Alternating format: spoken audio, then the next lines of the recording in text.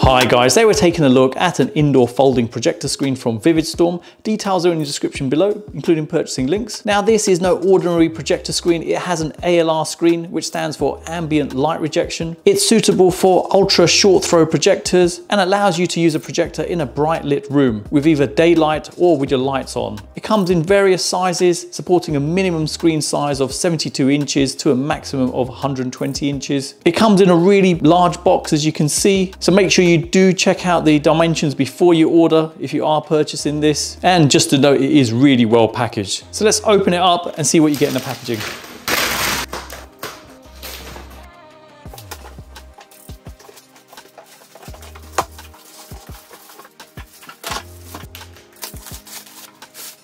In the packaging, you get an envelope that says thank you on there, and that contains a user manual, and the user manual's all in English and details of how to get this set up and how to use it. There's a piece of paper with details on the wireless USB projector trigger. You get 2 power cables. Length of these are 170 centimeters. One is a UK plug and the other one is for Europe. Connectors on both the ends are the same. You only need one of these. You get a wireless dongle, and that's used for a wireless USB projector trigger, and you just plug this into your existing projector, and if it's compatible, then when it's turned on, it'll automatically open up the projector screen and close it when it's turned off. You get 2 remote controls. The black one is an infrared remote and the white one is a radio frequency one. They both have mounts on them. So if I take that off, you can see it can just be screwed into position or stuck into position. The packaging does come with some stickers for that and some fixtures if you want to screw it in. There's 2 adjustment rods, and they're used to make adjustments to the projector if you didn't want it opening all the way to the maximum height. You also get a brush, and that's used to clean the screen. And finally, we have the projector screen. So it comes in 2 different colors, either white or black. I've gone for the white one only because my skirting's white, and if I push it against there, it sort of blends in. Dimensions wise, the depth is 16 centimeters, the height is 11.5, and the length is 236 centimeters. And this is the 100-inch projector screen. Let's take a brief look around the projector screen. So at the front here, it's all plain. There's no stickers or screws or anything. On the right-hand side,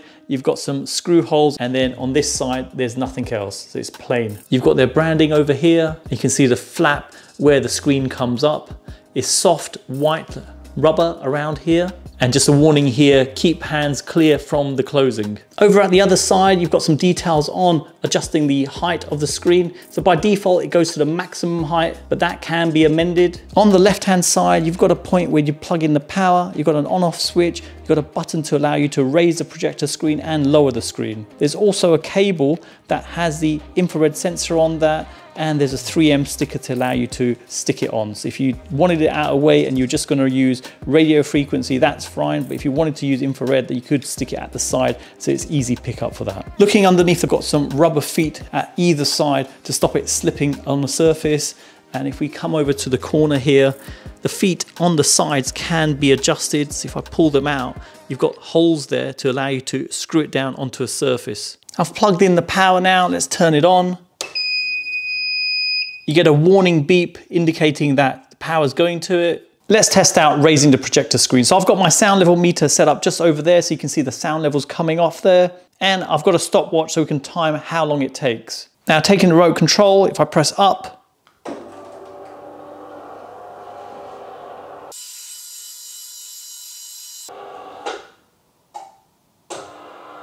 there you go, about 30 seconds. And you see the projector screen pull upwards and then retract a little bit. So very smooth motor in there and not too loud either. Taking a look at the screen from the side here, you can see the screen and there's some holes there, and there's some plastic wire holding the screens tightly at the sides. And that wire travels all the way to the bottom to the top as well. I've turned the projector screen around so you can see how it raises up the screen. So if I press the up button now on the remote, and there you have it. There's 2 metal arms at the back that assist with holding the screen in place and raising the frame up.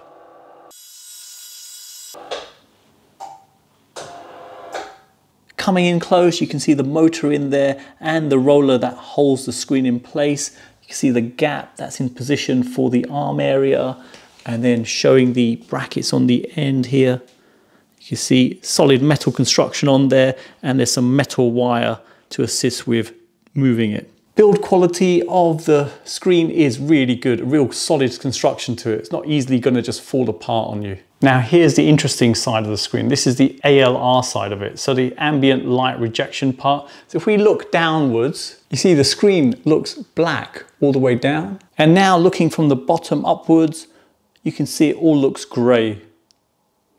And this is a special technology that rejects any sort of ambient light coming onto the screen. Showing the light rejection in action, you can see with the light shining from the top, it doesn't spread out on the whole area. It's just centralized on the bit where the light's coming on. The same thing happens when you have light coming from the sides as well. Now if we flip the light around, have it from the bottom, you can see the light raises up and it covers a larger area on there.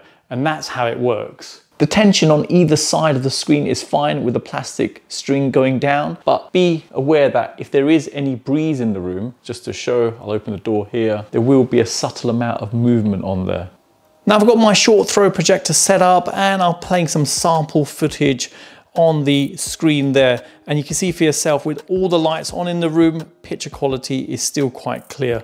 You can easily use it and watch a movie, for example, or even a TV show in this mode with the lights on. Now if I take the screen down, you can see the immediate difference that makes with it projecting onto a wall. And there you go. At the top, it's completely washed out. You can't really tell what the colors are clearly, but on the screen, a hell of a difference. So really impressed with the difference that makes. And now with the lights off in the room, you can see what difference that makes. On the screen itself, colors are much more vivid and the contrast is good as well. Obviously, it's going to be better than projecting onto a wall. Let's get it all the way up now.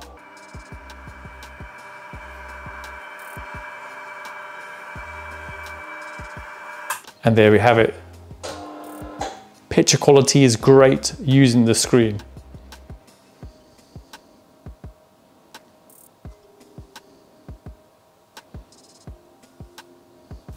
I've opened the blinds in the room to show you the quality of the picture with natural light coming in. With the projector projecting onto a wall, you can see the picture quality is washed out. There's no contrast and it isn't really watchable during the day, as you can see. Now raising the projector screen halfway to show the difference in picture quality with the blinds still open, you can immediately see the difference in the quality on the projector screen. Contrast is much better with colors not washed out. And you can see the picture quality is much better as it enhances the colors, making them more vivid and stronger, allowing you to use the projector during the day without having to worry about closing the blinds. I'll raise up the screen and run some sample footage to give you a demo of the picture quality on the screen.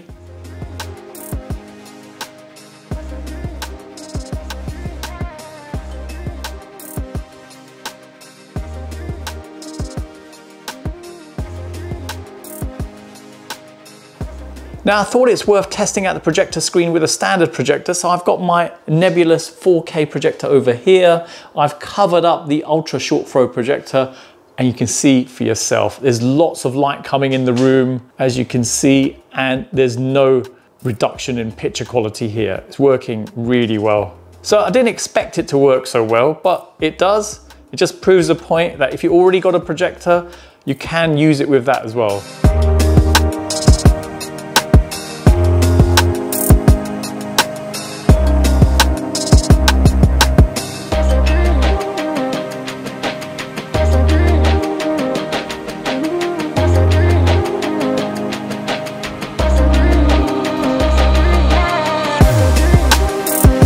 Now testing out some gaming on here, you'll be blown away. On a 100-inch display, it's so cool. And the fact I don't have to sit in a completely dark room adds to the benefit as well. So I could use it in the day or in the night with a lamp on or some lights on in the room. It's so good, I love it.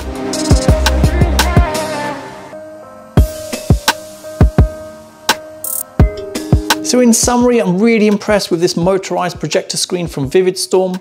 The ALR technology is really impressive, and the fact you can view the picture on the screen in a well lit up room with daylight or even with the lights on the visual experience is still very good. I did my testing on a budget Ultra Throw projector from JMGO, but I can guarantee you the quality from a mid to high-end projector will blow you away. But nevertheless, it worked well. I like the flexibility from this, as it doesn't have to be attached to a wall to permanently take up space, as you can close it to store it away. And it's good it comes with both an infrared and RF remote, as this allows you to potentially link it up with smart tech devices, so you could control it with both the Google and Amazon voice control products. Only negative is the price. It's not cheap, but if you're a fan of watching movies or gaming on the big screen, this is definitely a great way to do both. So there you have it. You've made it to the end of another video, and I hope it's helped anyone thinking of purchasing this projector screen from Vividstorm. Details are in the description below, including purchasing links.